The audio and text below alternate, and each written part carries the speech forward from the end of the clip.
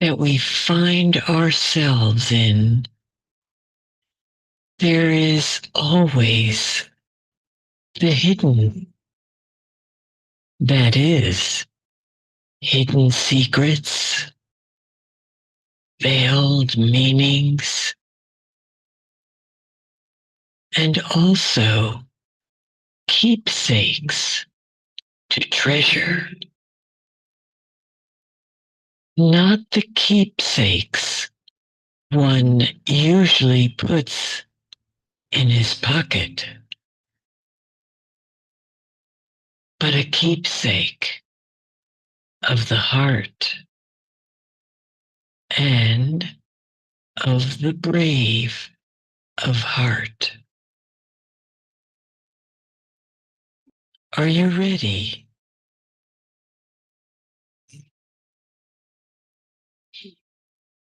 Do you dare to tread within this never looking back portal?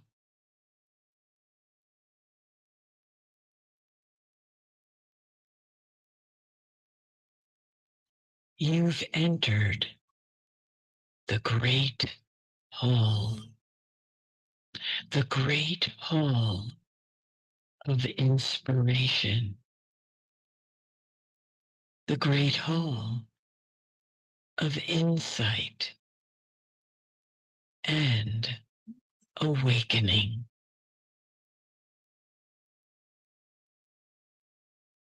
Sit back as you enter an inspirational time meant just for you as you permit your heart to slowly open on the journey of your own grandness. Open on the journey of love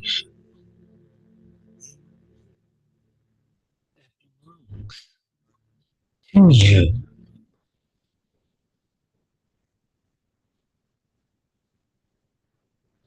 Open a new doorway, a threshold hidden within your own mind. Open the portal to your own soul's perfection. Yes, you are most important. You are significant. Significant to yourself and significant to our world. Enjoy the spiritual fragrance of knowing.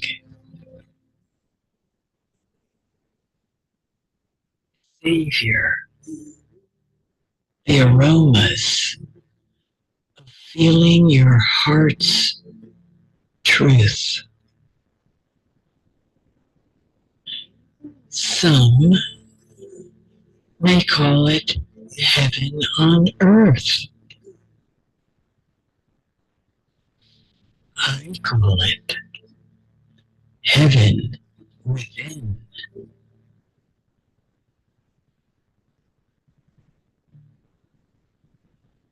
A mystical portal that you have and has been so secretly concealed that you yourself did not know of its existence. Oh, brave of heart that you are, strength of a lion that you are, hear your far off whispering, the whispering of your own gentle soul, beckoning you to find itself once again. Om Shanti.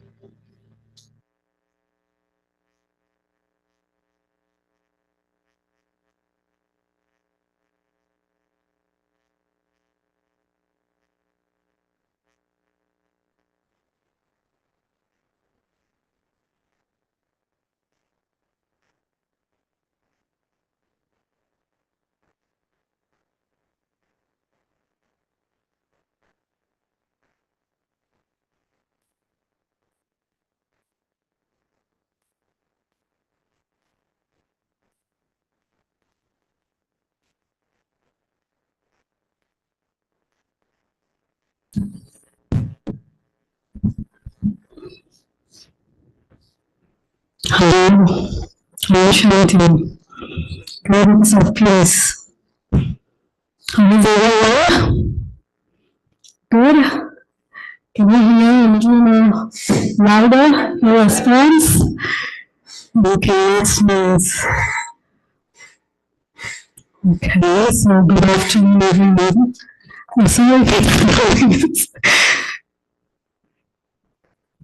Okay, there we go. So good afternoon, everyone, and very warm welcome to Peace Village. In Norway, we also for this afternoon. We have been studying the spiritual education with the Brahma Kumaris for the past 31 years. And I'm one of the residents here at Peace Village Learning and Retreat Center. And so thank you all for taking some time and coming, joining the gathering. Your presence is definitely precious. And did you enjoy that experiential piece, which we just had? That was created by Sister Dorothy. You know, it's like Peace Village is a place like, you know, every day our mind sometimes it acts like a jumbled up wires. You know, when you have the wires all tangled, right? It goes into different directions. I have to do this, I have to do that. And you come to Peace Village and you sit in this atmosphere. It's like you're straightening those wires. And you're finding your clarity, you're finding your peace. Did you enjoy? Some of you actually came at 2:45, 2:30, you were sitting here. Did you enjoy this long meditation being here? Did your wires get straightened? Or maybe you came with straightened wires. Okay, so Peace Village is that beautiful place where it serves the community, and it has been serving the community for 26 years now. And people come here for weekend retreats to relax, to reflect, to have silence. And sometimes we have national retreats, sometimes international retreats. And we just had this weekend 40 participants internationally. They have arrived here and they had the experience of silence and a lot more. Right? So Peace Village is one of the centers of the Brahma Kumaris. And Brahma Kumaris is a spiritual organization which is worldwide. It was started in 1936. And right now, currently in the USA, we have about 40 centers, and worldwide, more than in 130 countries, Brahma Kumaris, these stations or centers of self-transformation have been in various countries. And so one of our main teachings or spiritual education is a meditation technique that is called Raja Yoga. And Raja Yoga, which helps us to create that inner balance. And mostly with my experience, I would say it is self-transformation. It's all about self-transformation here. And so today, this is a special gathering because we are going to celebrate Raksha Bandhan. How many of you are hearing this word Raksha Bandhan for the first time? Or Rakhi? Can I see your hands, please? High up. A few of you. So Raksha Bandhan is this festival. Usually it's celebrated in eastern parts of the world, that is in India. And today we are going to actually celebrate. You'll get a glimpse of this, ceremony of Raksha Bandhan or Rakhi.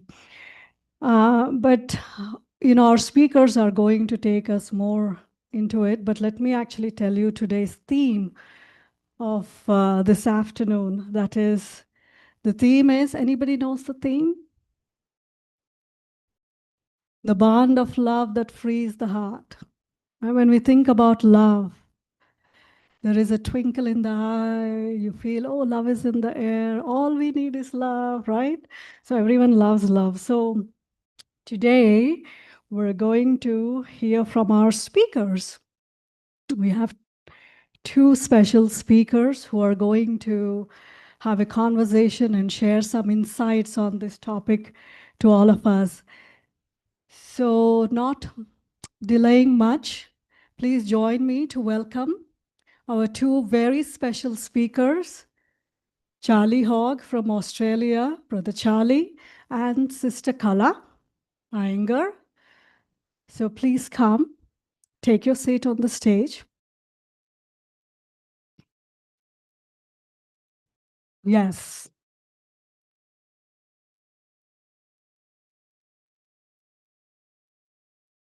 So let me introduce Charlie Bhai in the center.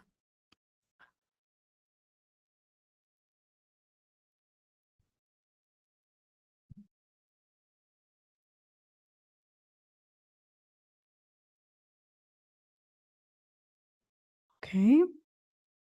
So it's definitely my honor to introduce Brother Charlie, the National Coordinator of the Brahma Kumaris in Australia. Brother Charlie began his spiritual journey in the mid-1970s and has been practicing and teaching Raja Yoga meditation for nearly 50 years.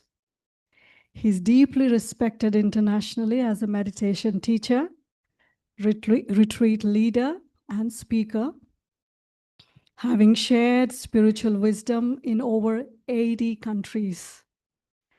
Known for his warmth, wisdom, and gentle humor, Brother Charlie makes spirituality practical and accessible for people from all walks of life. And those who know Brother Charlie will definitely agree with me that he's a friend of everyone. Yes? Make some noise if you think it's, yes. So welcome, Brother Charlie. And Sister Kala Iyengar is the director of Peace Village Learning and Retreat Center and a senior meditation teacher with the Brahma Kumaris. For more than 40 years, she has touched countless lives with her warmth, clarity, and leadership, guiding Peace Village to be a true lighthouse for seekers across the globe. Professionally, Dr. Kala, Sister Kala, Dr. Kala is a pediatrician, so she is a healer of both body and soul.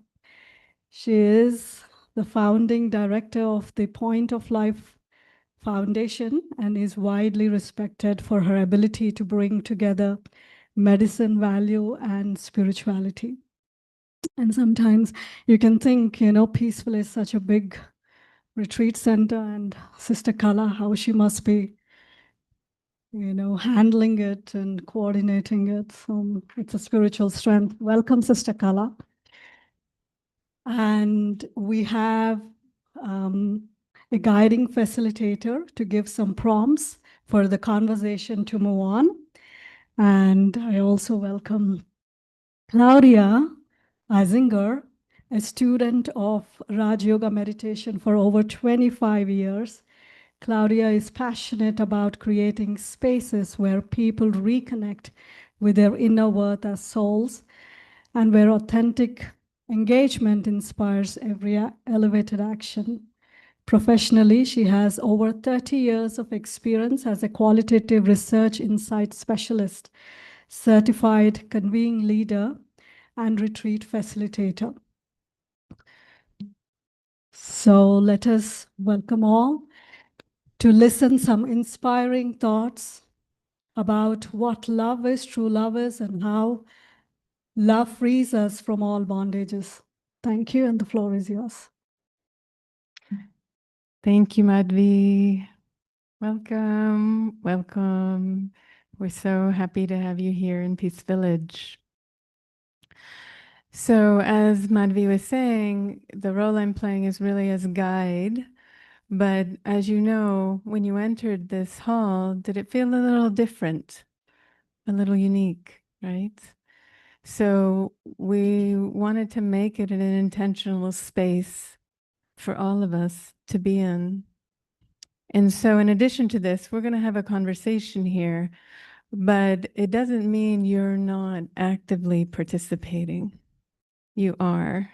So we invite in a deeper quality of your full presence and a deeper quality of listening, and listening from that inner being.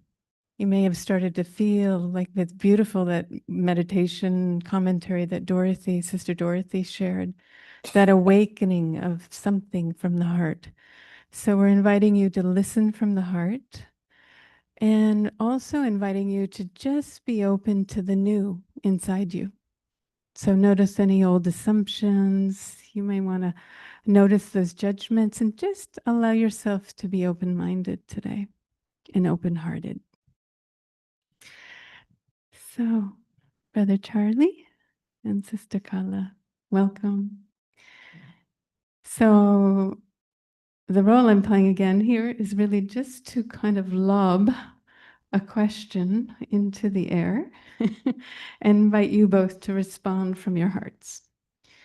And it's this interesting theme we have here, which is the bond of love that frees the heart. So what does that mean to you, and what's the deeper significance to that? Are there different types of love or different types of relationships? So maybe we'll start with Brother Charlie.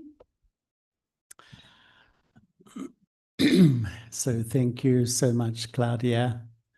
It's lovely to be having a sort of heart-to-heart chit-chat with Sister Kala, who I've known for 45 years or so. And, you know, there are so many flavors of love in this world. Sometimes love is very conditional, and perhaps we say that's the nature of human love. And when I say conditional, it really means that, you know, I'll love you, but you have to do what I like. So it is love, but it has a few sort of conditions associated.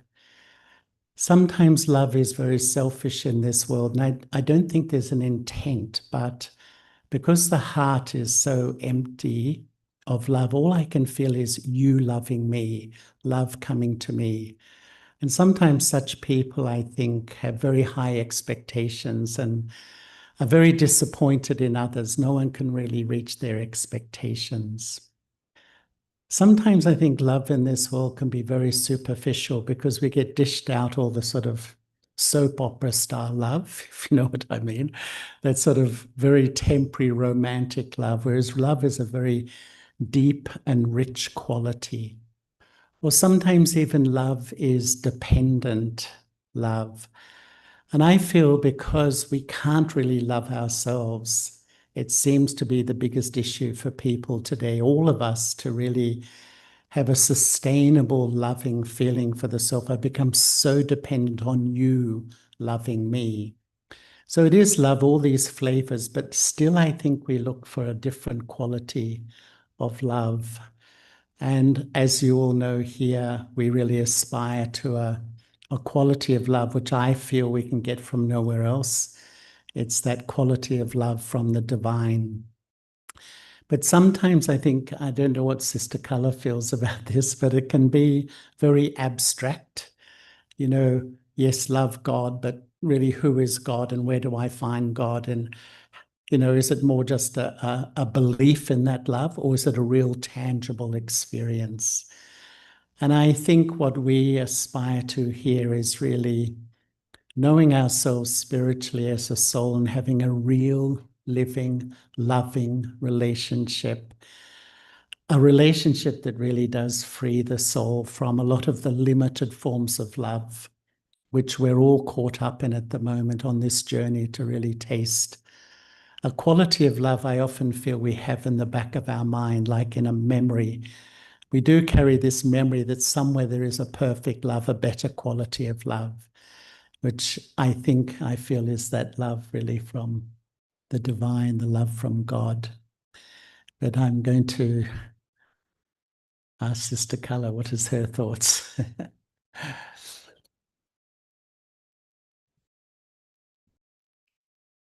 That almost says it all. And, but first and foremost, I'm so pleased to share the stage and the mic with you. For those of you who don't know, Brother Charlie has been a regular feature at Peace Village for the last several years, and we call him the love expert. That's news to me. So this is a very, very beautiful and, lovely setting to explore love on a deeper level, I think. Well, I'm thinking of, what's coming to me is childhood days. And I don't remember using this word love very often in my childhood. I don't remember even saying I love you or hearing I love you for the longest time. Maybe it's a matter of culture. But now that I know and, have felt love from different sources in different ways, I'm thinking, who could have given me the treatment I got in those days if it was not love, so unconditionally and so much selflessly and so all dedicated and so accepting of whatever I did or didn't do, I can remember a few instances. So that's the first thing that comes to me mind. And then, of course, I remember the love that I developed for a higher being, through the years, of course, after going through several years of growing up, my early memories of having love for someone or something called God. And it was mostly blind. In other words, it was just a blind belief, a wishful thinking kind of, and somehow putting the faith in what was being referred to as God. And it was also very lovely. It was very rewarding. It felt very comforting. It felt like real, there was nothing unreal about it. But it was momentary. It was at the times that I could have seen an image in front It was at a time when I went somewhere to a temple or, something like that. It was on a special feast or a festival. But then after that, it kind of disappeared. It wasn't so. It's kind of waxes and wanes, that kind of love. And then I'm remembering a love for each other amongst, friends and family, of trying to please and calling it love. And what was it that I wanted to please someone is because I wanted to be accepted and I wanted to be recognized, acknowledged. I didn't want to create any uproar, so it was always like, wanted to please. And I think I kind of related it to love many times. The same thing with the other way around. If somebody did something to please me, then I said, oh, I love you, that kind of thing. But again, these were fleeting experiences. And not until I came to know what I know from the Brahma Kumaris, the teachings, the knowledge of the Brahma Kumaris, did I actually, felt palpable love. In other words, it was really palpable love. And it was also an understandable love. It wasn't just an esoteric concept. And it was really the way I felt when I was introduced to myself as a soul and the quality of the being that I am. It was the values that I held inside of me. And furthermore, I never stopped being that in the eyes of God.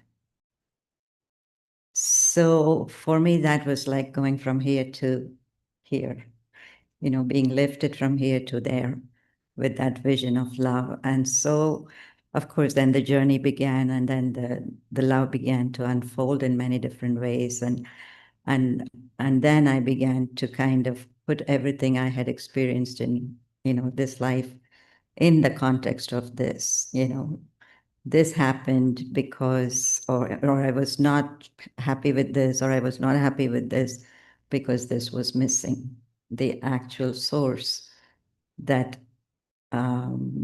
loves me truly. I did not know anything about that. And therefore, that love between one person and the other person was kind of imaginary, which, again, wishful thinking, wanting, expecting, all of those things. So for me, this was nothing about all of that. This was just about, in reality, who you are and somebody acknowledging me for that. And I feeling the impact of that, instantly, that I am truly worth so much. So God's love for me was really the introduction that I got to my own self, who I am always. Part of the answer, at least. What I'm hearing in that is this acceptance of love that is accepting, acknowledging the true me. Is there anything you want to add to this that it's bringing up for you? Yes. I think as I grew up, now you've been visiting your childhood, I think generally I felt quite a loving family, a large family, quite extended family. And I think I was okay as a child, but definitely I was searching for something.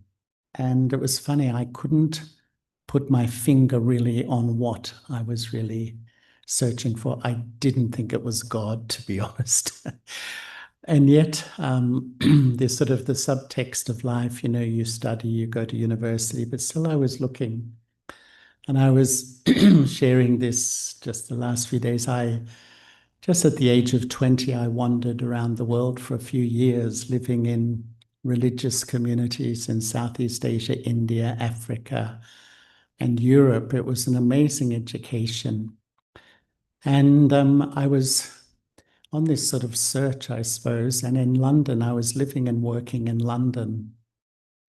And I did go and do a meditation course with the Brahma Kumaris. And I was introduced, as Sister Kala was saying, to the concept of the self as the eternal soul, which made so much sense to me. You know, when sometimes you hear something, it's like the missing piece of a jigsaw puzzle, because it was really defined. It wasn't an abstract idea of you're some sort of amorphous spirit, but there was so much clarity. What is the soul, etc. But still, I was introduced to God, and I was a bit cautious about that because I don't know my own dealings with religions. I had found, as perhaps an immature mind, that God was a very punishing, judgmental, authoritarian personality, and I sort of didn't want anything to do with that sort of thing. But I can remember one day I was actually walking down the street, and I was really thinking deeply about this connection between the soul and the Supreme Soul. And I had such an amazing feeling of like a pause button on time. You know how sometimes time stops and it seemed like an eternity, and I felt completely loved. That's all I can say, to the sort of the essence of my being. And that also, I suppose, really made me experience a different relationship with myself too. It was almost like that love made me understand myself more deeply and develop a sense of self-respect. But I can remember that moment, and in a way that was the sort of the beginning of my own meditation journey. And absolutely, I would say that experience of being loved, a quality of love I hadn't ever felt before, even though I felt I was in quite a loving family. It freed me. It started a journey of freeing me from a lot of stuff I was carrying.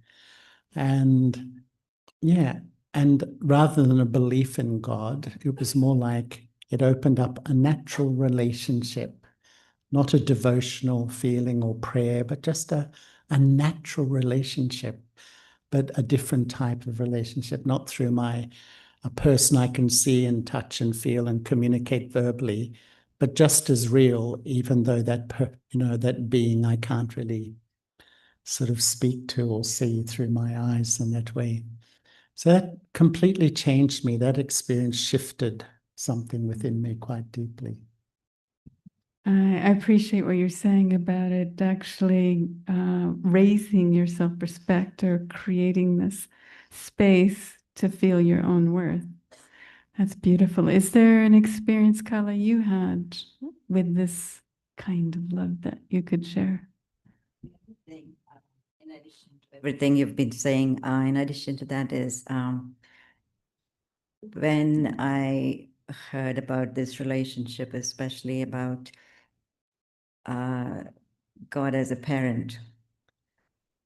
And as a parent, you identify so much with that parent, with the father, the mother, the whatever. So I think for me, that was a big step too, that I'm like God, which I had never really entertained that thought or idea that I'm, I can aim to please God. I can aim to do what he wants me to do, all of that fine, but to be just like that in qualities, that was a fascinating idea for me. And of course, I didn't experience it immediately. It was fascinating as an idea, but there was a big gap there. So I would, of course, repeat it in my meditation. This is, my father's like this, and therefore I, as a child, am like this. But it took me a while to actually get it. And what really was happening, I noticed, is that that it was just in thinking that I was changing, right? So somewhere I had to actually show to myself that I am like that. So I had to literally understand, if God were in this position, how would he, she act? What would he, she say? Something like, like what would that quality of God look like? So I would have to translate it in my mind and actually do it. And that's a lot of work. especially when you're busy and when you're seeing patients and, you know, when you're talking to parents, and so you forget all of that. But then once I started doing that, that really, I was practicing as a pediatrician at that time. So I would normally walk in and, you know, do what I have to do. But then after a while, I began to say, wait a minute, if God were in my position, how would it be? And so I started to then really project that person in front of me, that little child in front of me, as a soul, because I had begun to understand that God only deals with souls. He only deals with spiritual aspect of our being. In other words, he directly interacts with that. So I then began to practice that I am a soul and this one is a soul. And then I would find that, you know, there was so much that came through in a natural way that I wouldn't have, you know, been able to express in that way. So, and of course, I saw the impact of that in the interaction and the result of the interaction and how easy everything became and, you know, lighter it became. So I really felt this was not just for a joke, you know, this was real. So I began to appreciate that aspect of, you know, trying to be like that in my daily activity, in my action. So I think for me, that brought life, a love, a life for me, that a likeness, you know, became very real. And I think that brought us closer. And again, a big journey. It didn't all happen overnight, but little by little by little, I knew that even though in my mind I can say, oh, I'm like God in soul, but I have years and years of conditioning and past history and all of that, you know, plays out. So just to kind of remind myself again and again, but, you know, let me come back to again who I am, what those qualities are, what is it that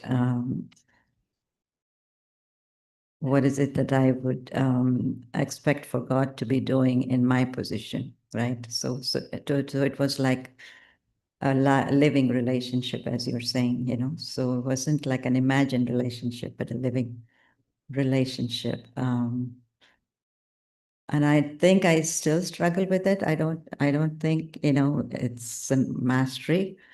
In fact, I was going to bring this up. You know, it's fine to say that God's love is pure, it's spiritual, it's selfless. But when it comes to the moment that I'm in, when I have a difficult situation in front of me, or when somebody is just really unhappy with me, or whatever else has happened in my, you know, corner of the world, how did that love play out? You know, where do I go? How long does it take? And I am seeing more and more, you know, of course, it's a challenge to get to that place of feeling love. But once you feel it, once you're there, it's like magic, right? Brother Charlie, would you say that? I would. So You know, it's just a matter of getting there. But once you're there, it takes over, right? God takes over, I think. Yeah. Yeah. You know, I suppose we're all on a journey, aren't we? I mean, we all carry our stuff. And I suppose that in you know, like what you were saying about in those moments, what I've noticed with myself, my self-observation, because I think a lot of spirituality is sort of this gentle observation of how you're responding to everything. When I meditate and I really feel that closeness genuinely, love, I notice my whole nature and behavior changes. I'm much softer. I'm more gentle. So it has a direct effect on my reactions and responses to people.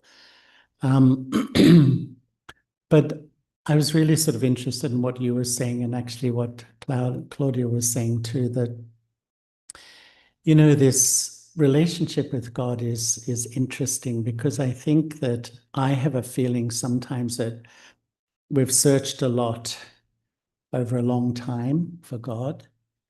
And sometimes I have the image that We're old souls, and we've gone into all the temples and churches, whatever, spiritual places.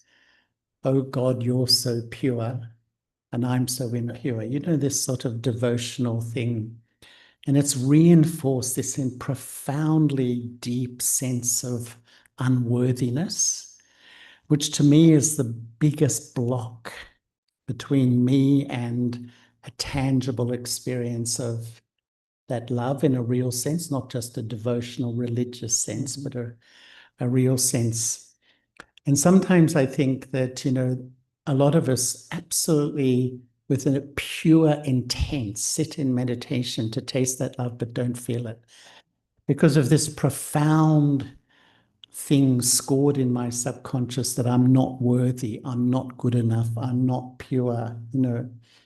And this is, I feel, what the spiritual journey is about in a way, is freeing myself from that prison I've created, this sense I'm really not good enough or pure enough to be loved by God. And so it's a double-edged sword in a sense. I think it's our right to that love. But this deep work of these beliefs, I found for myself on my journey that you hold this deep belief about myself. I'm not good enough. I mean, I think every human being holds that belief. I'm inferior. I'm not lovable. And that belief is so strong, it doesn't allow me to really taste that love. And I think a lot of the practice of the spiritual journey is freeing myself from these beliefs that I have about myself, because they're so deep. They're almost like an assumption that I hold. So where does it come from, you think? Well, That I think feeling of unworthiness. I think it's life after life, the search that, you know, we've always been told, you know, God is totally perfect, totally pure, you know, and this sort of this false humility. You're so great and I'm so low, you know. There's a way of sort of appeasing my conscience of my stuff in a way, but it's actually created a deep habit because I'm not a psychologist or a counselor, but talking to people, no matter what culture and what background, this deep sense of inferiority, of lack of self-worth, of not being good enough is so strong, even amongst the so-called successful people in the world, which I don't like that word. I remember once in Sydney, there was one lady who was coming to our center, and she was the stage manager of one of the world's most famous actors. And she was telling me that he would perform in front of thousands and thousands of people, and they loved him. It was encore, encore, encore. And every night he'd come backstage and say, was I good enough? Did they like me? You know, they loved him. You know, that self-doubt, no matter what you do, you know you can do it.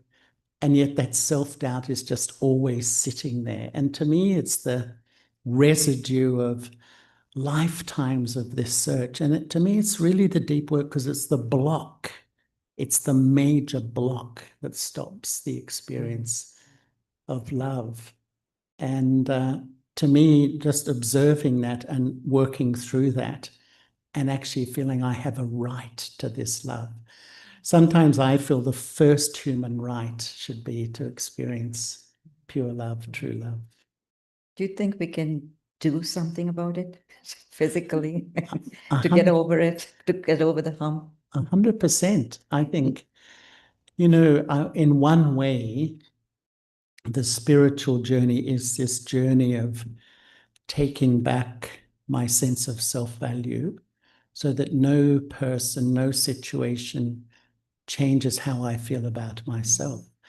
And what I've noticed is that when you do actions according to your values and truth, you feel comfortable about who you are. If you love somebody, you love them and you're rude to them and you put them down and you get angry with them, and they may really have done bad actions perhaps, but deep down, it damages your relationship with yourself. You know, you feel, I can be better than that. And so the more you actually, the whole of this lifestyle, the more I follow a spiritual practice and keep practicing, sometimes we fall back, but the more I practice and I upgrade my thinking For me, I think my attitude to people is crucial. And if I find myself even having negative thoughts about people, deep down I can know that my sense of self-value goes down a little bit. And I find the more I have a sense of self-respect, I can respect others. And no matter who that other person is. Well, you're taking it a bit too fast. But you can get there, right? Eventually. Yeah, no, but it's, you see, this is the journey, isn't it? It's not like that. Right. Is that your experience? No. It's a bit like that. But the thing is to be on the journey. That's the most important thing, to aspire to that. And the more we move there, I feel that having good feelings for people, I know for me, is crucial to my sense of self-value and therefore my relationship with God too. So what I'm also hearing you say is that if we are acting in alignment with what is our true values, we feel that sense of self-worth. So are you saying in a sense that that's really the connection back to we are good, really? So we moved away from that, and that's what created this unworthiness. And so in some ways, are you saying what we need is to return to love, this true love? That is the journey, right? 100%. I feel that we have known it. There was a famous doctor here in America. Remember Elizabeth Kubler-Ross? Mm-hmm. And I think many of you know her, and how she, in essence, I think, you know, she felt that we all carry this grief inside us, you know, so when we lose someone or something, that sadness is just such a deep sadness. But she felt that was just to see the real grief in the human spirit. This sadness is that at some point I lost that perfect love, that perfect connection. Mm. We've known it. So when I lose a friendship, there's a conflict, there's a loss of even a death of someone, it just opens such a painful place, because the seed of that was that relationship with God. And it triggers the grief, right? It triggers that real grief, that somewhere I knew this connection, I knew this purity of love and a security of love too. Whereas today we feel very insecure, like love's like a tap, it turns on and off. We just never know whether it'll be constant. And that's the sort of the human fear of life today. So you're also saying that, are you also saying that this security and love is connected to the seed? It's the depth of that.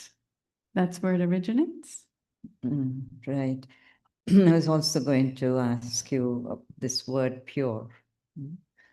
And I know that, you know, we talk a lot about purity as the original nature of the soul.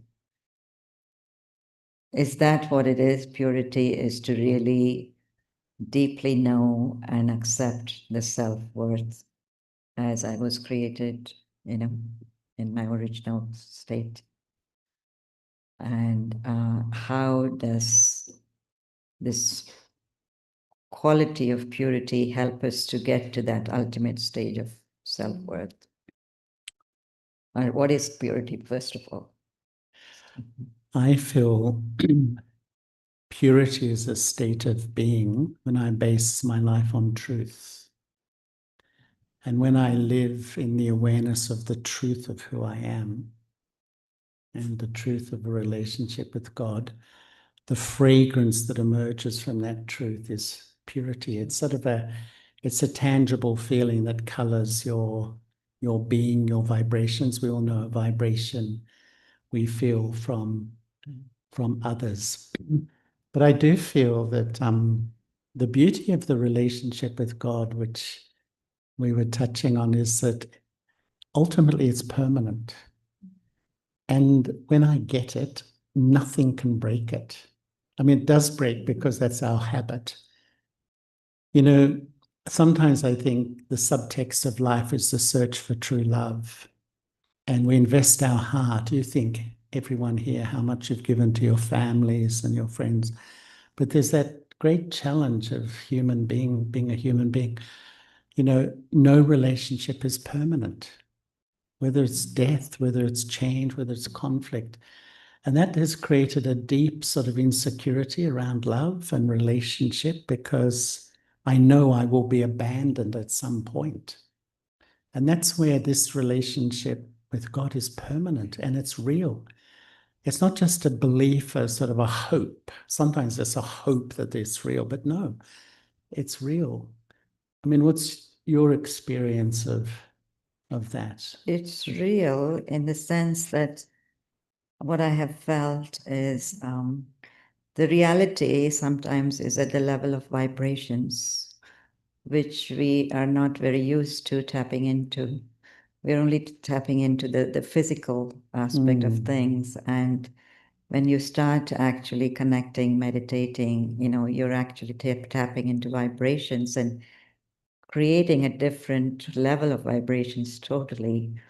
And that's where I think our energy matches with God's energy. And that sets off in motion a whole lot of things that moves things in the right direction, I feel. You know, because before we're trying to push it, but we're not really able to get there. But when we are connected at that level of purity, pure vibrations, pure love, receiving, being, I feel there's a whole change of dynamics that happens, whether it's between one person to the other, whether it's between the body and your own self, whether it's a collective energy that we create amongst ourselves or whatever. I feel that, you know, because we call it magic, right? But what is the magic?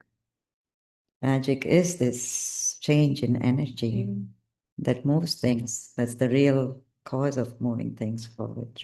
So that's what I've realized, actually. That So, do you believe that this love is for everyone, is available to everyone? yes, then. What do you think?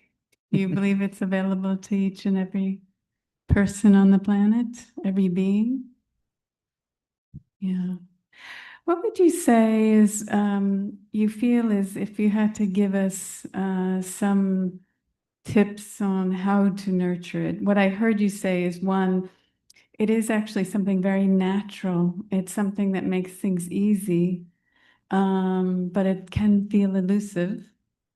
What would you say would help? And the other thing you said was that it's to stay on the journey, but is there anything else that you think would help nurture it? You know, my experience is that I am a soul, but God is a soul too, but a soul that never takes birth and rebirth and has remained constant and uninfluenced in a way. So I can believe in that, pray to that, do devotion, but it's not really a connection. And if I want to connect, I've got to go up to the same wavelength. Sometimes I like the idea that God's on the FM dial. And when I'm body conscious, when I sort of am caught only in this temporary image, I'm on the AM. You know FM exists, but you can't tune in.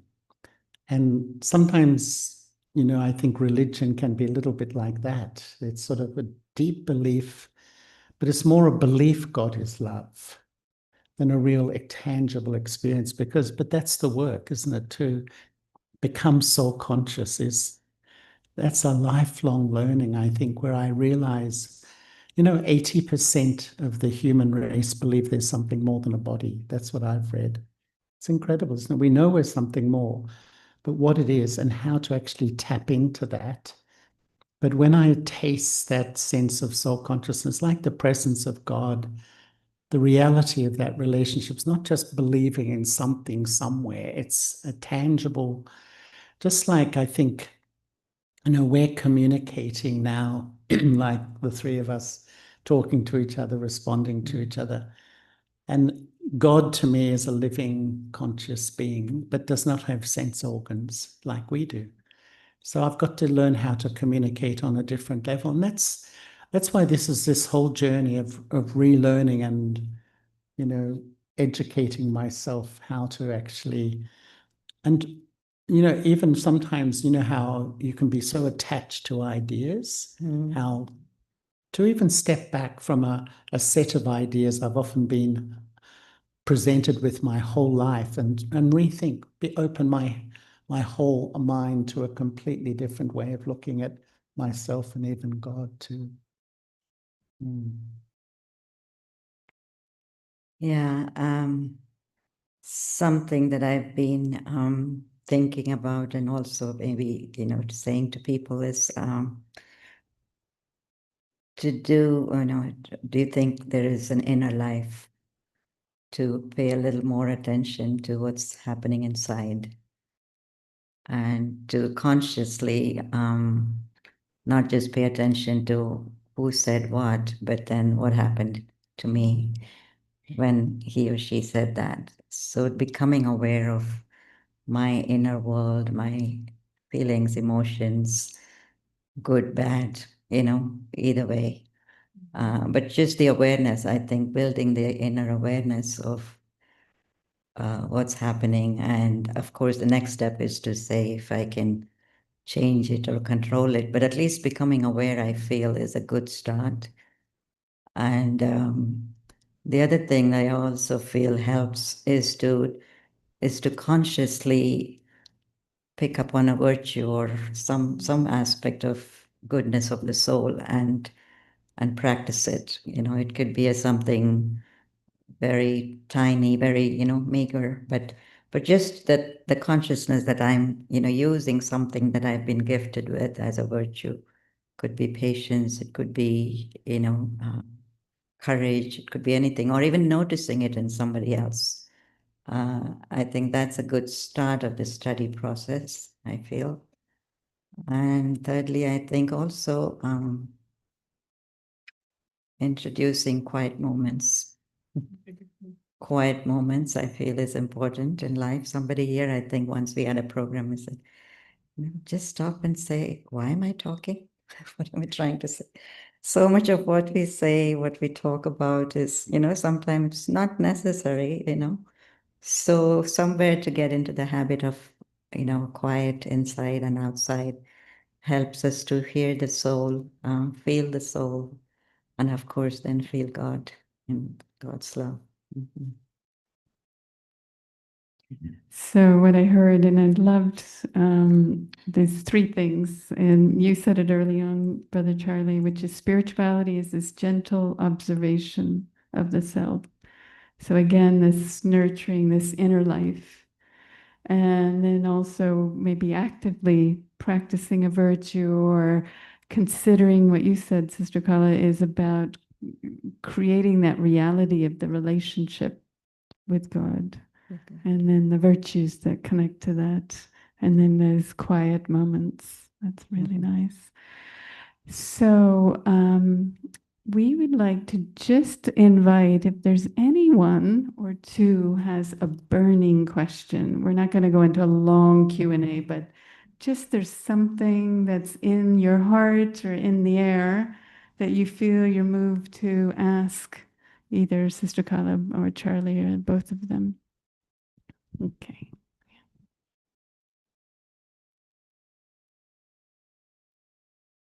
Hi, I'm Joe. Thank you. I really appreciate today, and so far I've gotten a lot out of this. But I was questioning myself when we were talking about the journey. It's not like that. Kind of a lot of waves. So one of my major issues I have is I seem to constantly get off track in my spiritual life. I know it up here, but I'm losing the connection here. So I find myself distracted a lot from my journey. And I need more reminders. What would you suggest?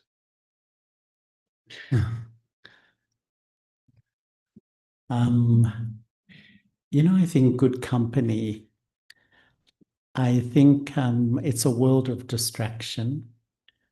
And I think sometimes we're all unique, there's no doubt, but when you have a community of like-minded people and you check in regularly, it keeps you focused. And one of the things I find is sometimes the image I have, there's 8 billion human beings pumping out thoughts into the atmosphere. And unfortunately, we try our best, but a lot of our thoughts are so anxious, depressed, negative, unhappy. And if I don't sort of regularly meditate and have company, I absorb all that stuff.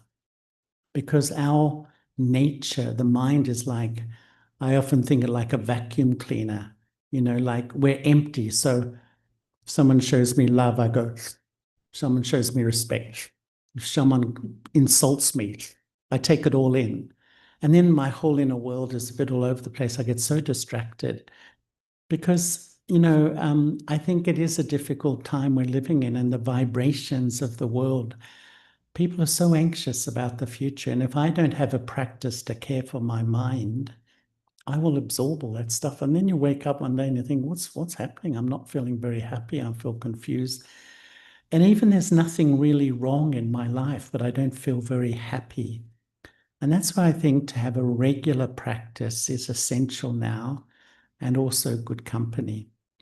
And I often feel there's 3 approaches to a spiritual life. You can do it like a hobby. Come to a talk like this occasionally, nice vibe, nice feeling. But as soon as we drive out that gate, what happens? Or as a discipline where you meditate regularly. But I find many people do that today, but the second we stop meditating, my mind reverts to its old thinking and perception. But the third is as a lifestyle where I really put a structure into every day to sustain me as a person. And that's what's required in our world now, to be honest. Otherwise, the vibes of it, we just absorb it, and then my mind is all over the place. And that incredible increasing anxiety about the future grips me too. And that deep feelings of insecurity hit, and all sorts of things. So, Sister Kalo. No, that's perfect, I think. And you could maybe start it in small doses, just small steps at a time, even as simple as turning off your device at certain times of the day or night or whatever, just kind of saying that this is my time, me time. So it doesn't have to be harsh and forceful, but something that I'm doing for myself. It's a self-care for myself. I think maybe we have time for one more. Yeah, one more question.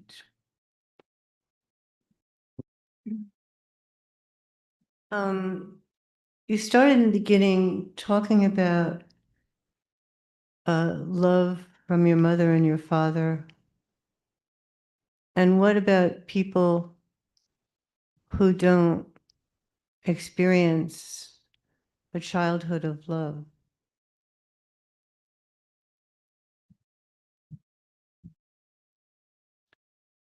Yes, of course. There's many who don't, and there are many different scenarios like that who could use love. But our hope is that some who are ahead of the game, in the game, can actually become instruments to share the kind of love that they receive and experience. Of course, I'm talking about not jumping in and going to those places, or of course you can do that too, physically trying to help, but we believe a lot in how through our minds we can reach and spread the kind of vibrations that would help them. Maybe we'll never know it did, but that's the point. Once we stay in loveful and strong and powerful vibrations, for the good of everyone. I think there's no, you can't question the fact that it'll reach to where it has to reach, and it will touch people that it has to touch, and something will happen. So yes, if you can do physically something about people who are in that situation, fine. But most people, I don't think we can, help in that way. But we can definitely give a direction and focus to our feelings of mercy and compassion through empowering our mind to serve, through vibrations. So I just want to check, is your question also around if you didn't feel that as a child, is it possible to feel it, or is it what color? Because there's many ways to interpret the question.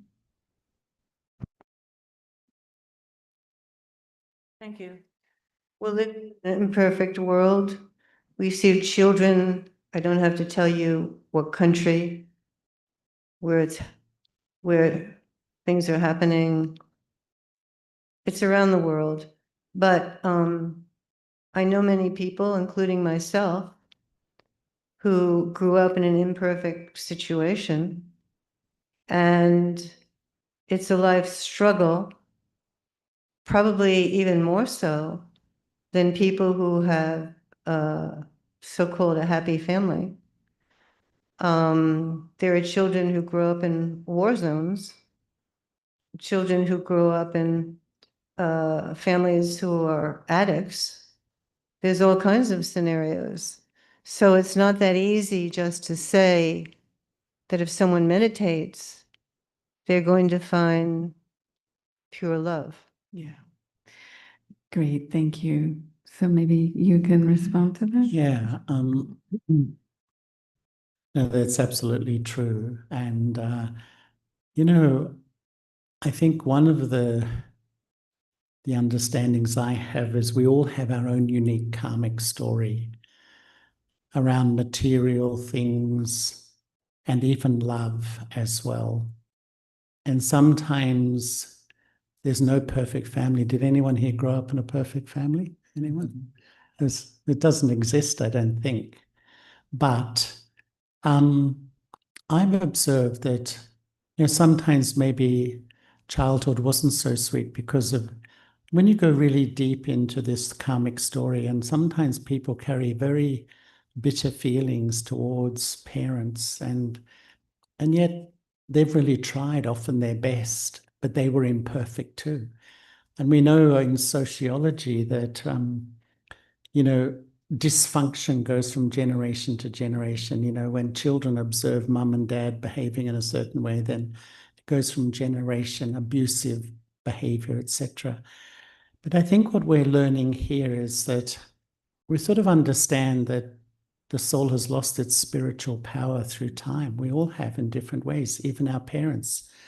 But I have seen people who really had extremely difficult lives as children, even up as adults in marriages, and yet they develop a relationship with the divine that just really starts to heal a lot of the hurt and it takes time, there's no doubt, but it's absolutely possible. To me, there's no greater power than the love of God. That's the greatest power. It can change anything. There's one man, as I say that, I remember in Sydney. He's a Scottish guy, an amazing guy. And one night, one of his daughter's boyfriends, he had a psychological problem, murdered his 3 daughters, his 3 children in one night. And he just tells this amazing story of just his anger, all the things he's gone through, but how he came to this point. He realized he could just live as the most bitter and twisted human being. And really, it was his relationship with God that not only helped him, but he goes around the world talking about forgiveness. And he's a person who's really it's amazing what the human spirit can achieve. And I think the link with God is that it's a magic that can really take me out of, if I'm open. But sometimes I think we become so attached to our sorrow and suffering, we almost don't want to leave it. You know, we identify, it's my identity to be a victim. And unfortunately, we live in a culture in this world where our whole identity is about being a victim. And it's a comfortable identity. To step out of that and take responsibility is not an easy thing to do, but that's spirituality. Spirituality says, actually, you're responsible for how you feel, even if people are difficult around you. And, you know, that's why it's, as Joe was saying, the waves. It's such a journey. But it's an amazing journey to learn about the self, take responsibility, and try to get out of the mode of projecting and blaming, because that just disempowers me, and start to really go forward with this relationship. So again, what I'm hearing is there's an aspect of this self-care, self-love, but also this other aspect that we can, as we develop that, we can send those vibrations, those good wishes, those pure feelings out to the world. So there's a way that we can do both of these. I wish we had more time. Are you all enjoying this? It's good. Yes. One of the things we are going to do, we have something very special that's coming after this. So I'm thinking before we go to that, I'd like to just segue a little bit to, we have this Raksha Bandhan. And so how does that relate to the topic of this bond of love that frees the heart? And maybe we'll ask Kalaben to share that. Yeah, I'll do that briefly. I think there were a few hands that went up that had said that you've never had that experience of tying a Rakhi or a Raksha Bandhan before. It's actually stems from an Indian tradition, this festival of Raksha Bandhan, which actually translates into bond of protection. And in a traditional way, it is celebrated on the full moon day, somewhere around this time. So last weekend was actually the Rakhi Raksha Bandhan. But we take the opportunity to do it when you all can get here. So we are going to be doing that for you here. And the way originally it was celebrated is it's a sister-brother festival, right? The sister ties the thread of protection, bond of protection on the brother, the blood-related brother and sister. They do that. And the understanding behind it, the belief behind it is that the brother is actually promising the sister protection, being that he's the stronger of the two, I think. That's how it was originally coined. And we in the Brahma Kumaris actually have expanded the meaning of that. And actually, we believe the original meaning is much bigger than just a brother and a sister, protection. It's actually protection that comes from that love of God, right? All of us being children of God, and we all have a right to be tied with this thread of protection from God in that pure, loving relationship. So it's open to all, and we do it in a quite spiritual manner, in the awareness that it's the soul that is entitled to that love of God and that relationship. So there'll be a little reminder of, I am a soul, that's a little dot on the thing. And this will be tied on you, of course. But you have an additional, probably have a few minutes to meditate, and Brother Charlie is going to take us into that meditation. And you will also have to have some time for personal reflection.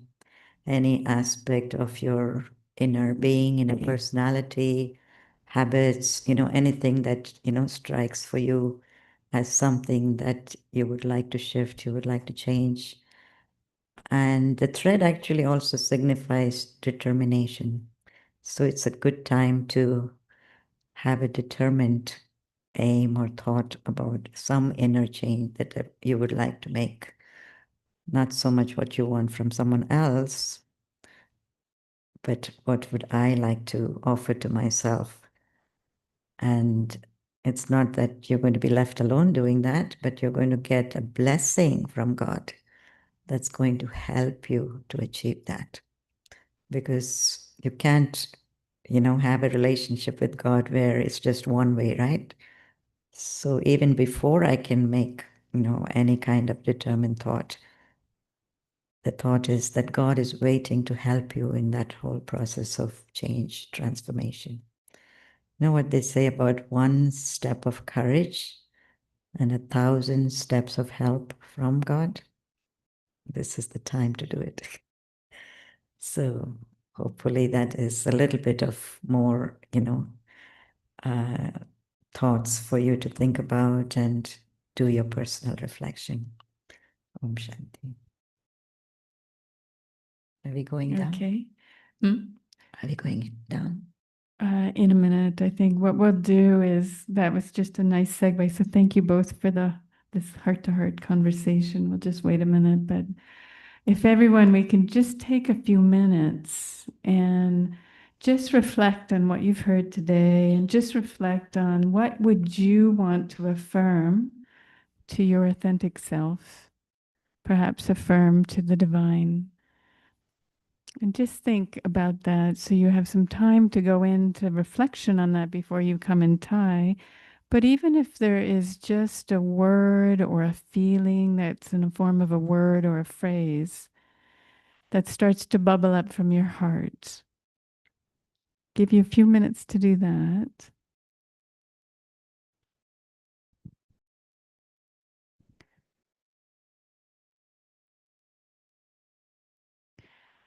And when you're ready, we'd like you just to turn to the person next to you in a natural way and just share maybe that word. You don't have to share anything more. And the reason is that sometimes when we speak it, it becomes more real for us. And when you have somebody listening, it creates this experience that it's more than just a thought in my head, so it kind of brings it real for you.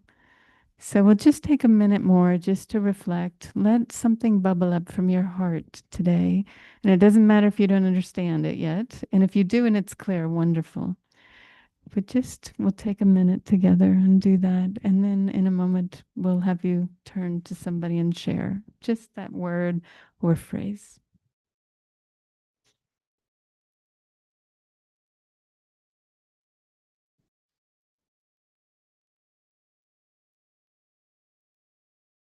Is Charlie's going to stay?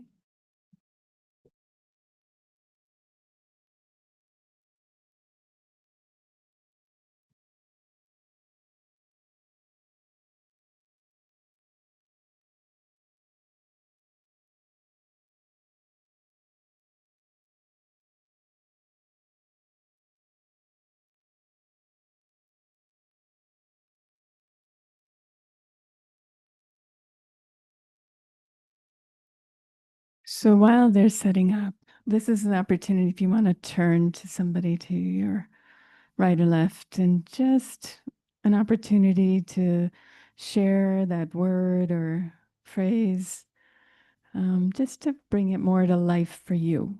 Again, this is more for you. Okay. And if you're not, you just want to be in your own quiet reflection, that's fine too. But there's something nice about even speaking the word.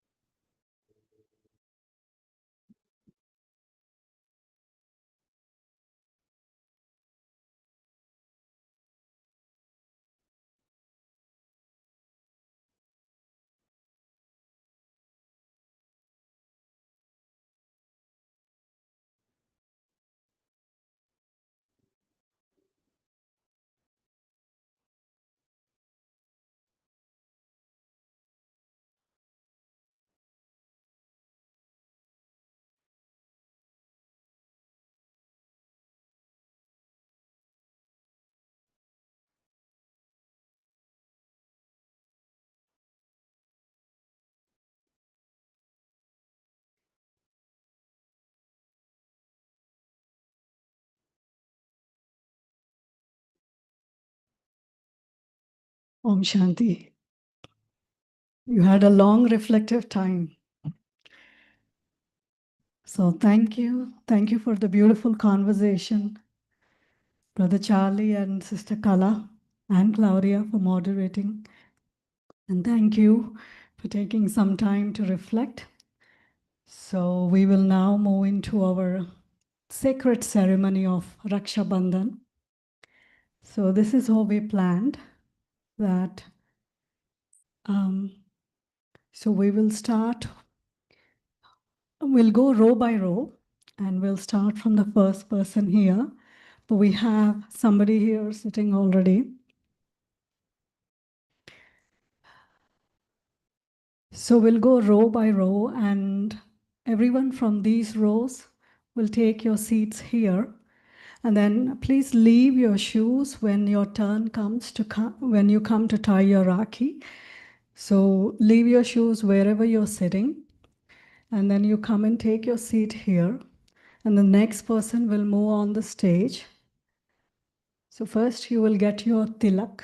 Sister Kala has explained to you, tilak is the little dot of sandalwood that goes on the center of the forehead, which creates the awareness of being a soul. I'm light, I am peace.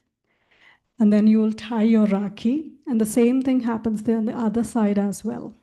So you, the rows from here, then you come and take your tilak, then Rakhi, and then you will come to Brother Charlie. Okay, after you take your tilak, Rakhi, and Brother Charlie will give you the piece of sweet, blessings, and the fruit. So you collect those after meditation. You collect those, and then you will, get off the stage and take your seat. And we request if everyone can be seated until the last person ties the Rakhi, so that we can collectively hold the atmosphere, the peace, the silence, and the love together. So is it clear? Anybody, any questions? Anything that I missed? Yeah. So those who come from this side, after you take your toli from Brother Charlie, there'll be a little waiting.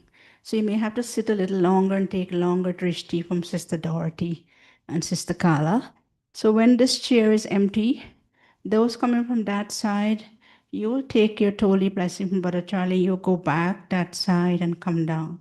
Those coming from this side, take your stuff, go to Brother Charlie, come back this side. So be a little traffic going, coming. It's hard to explain all of this, but I think we tried our best.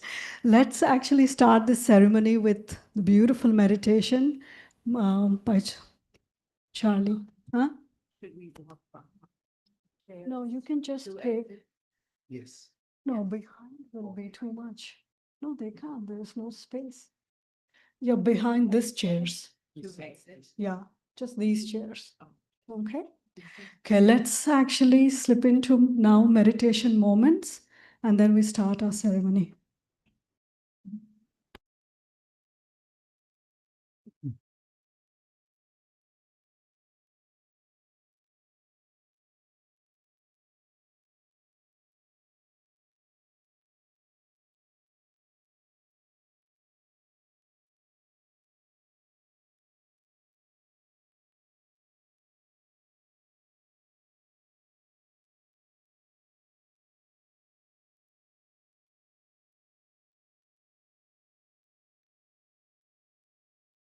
Let me sit quietly.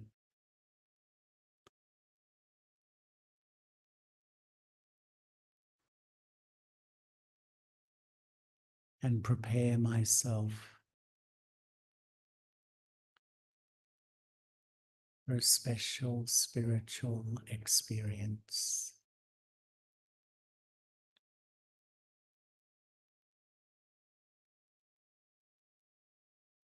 Visualize yourself as the eternal soul,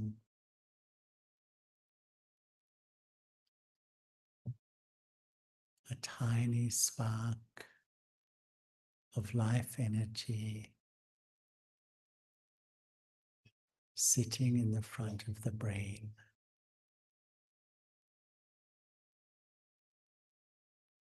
Just feel yourself sitting so lightly.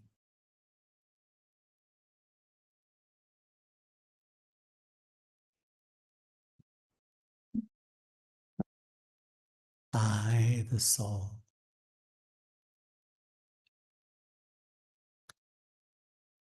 And I'm going to tie the thread of my heart to the beloved of the soul.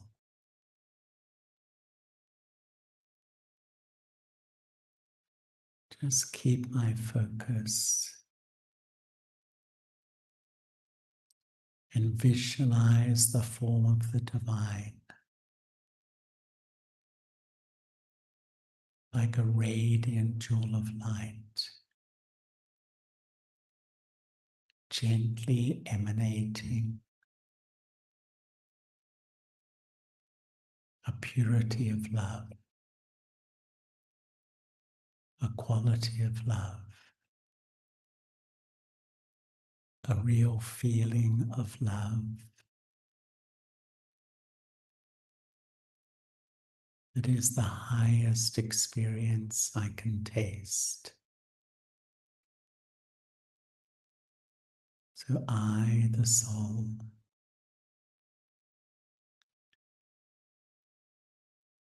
become like a small child in front of this loving parent.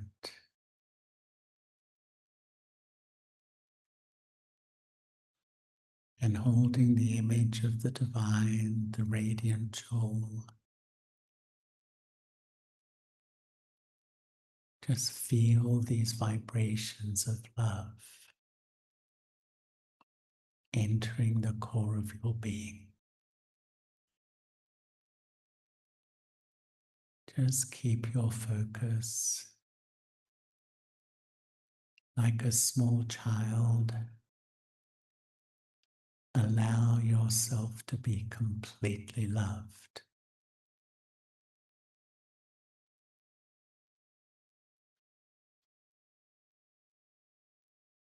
Feel the vibrations of love healing me, consoling me.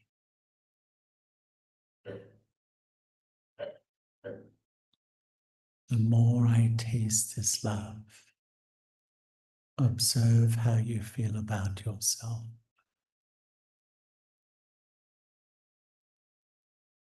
The gift of this love is the gift of self-respect.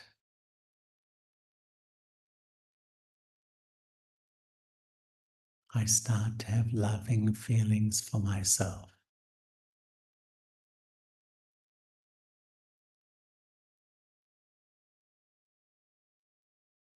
This is the great gift. When the thread of my heart connects to the divine, I allow myself to be loved. I free myself from my past negative attitudes towards myself and towards others.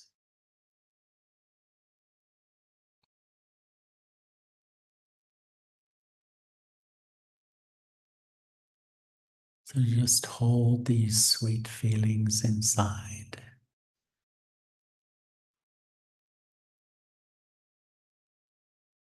And as you tie the Rakhi,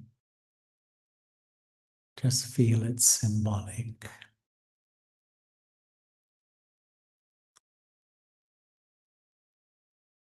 That I will carry this relationship with the divine into my life.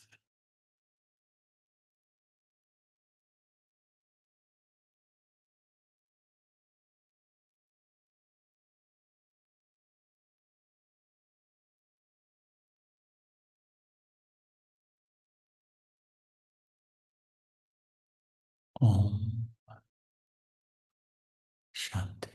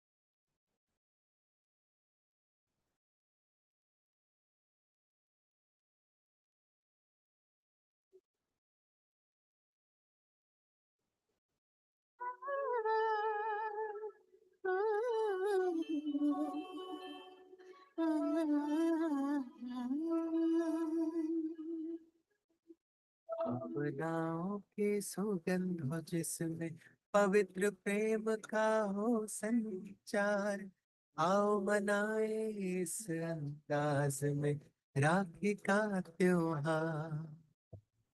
भावनाओं की सुगंध जिसमें पवित्र प्रेम का हो संचार, आओ मनाए इस अंदाज में राखी का त्योहार। राखी का त्योहार।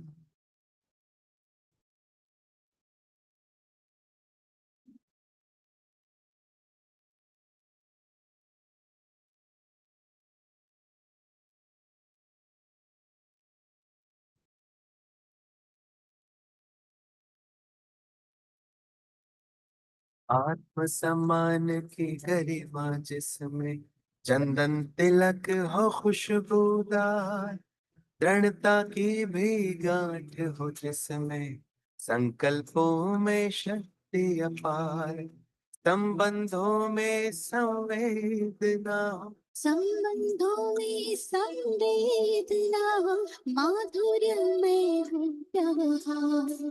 आओ मनाए इस अंदाज में राखी का त्योहार। राखी का त्योहार।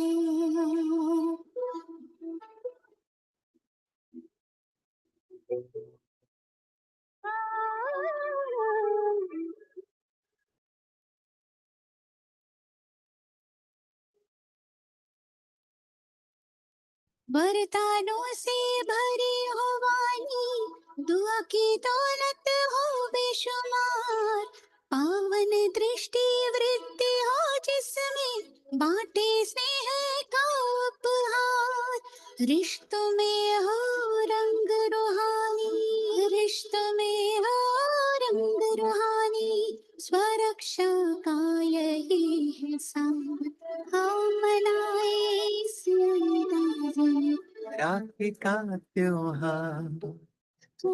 राखी का त्योहार। भावनाओं की सुगंध हो जिसमें पवित्र प्रेम का हो संचार, आओ मनाए इस अंदाज में राखी का त्योहार। भावनाओं की सुगंध जिसमें पवित्र प्रेम का हो संचार, हम मनाए इस अंदाज में राखी का त्योहार। राखी का त्योहार।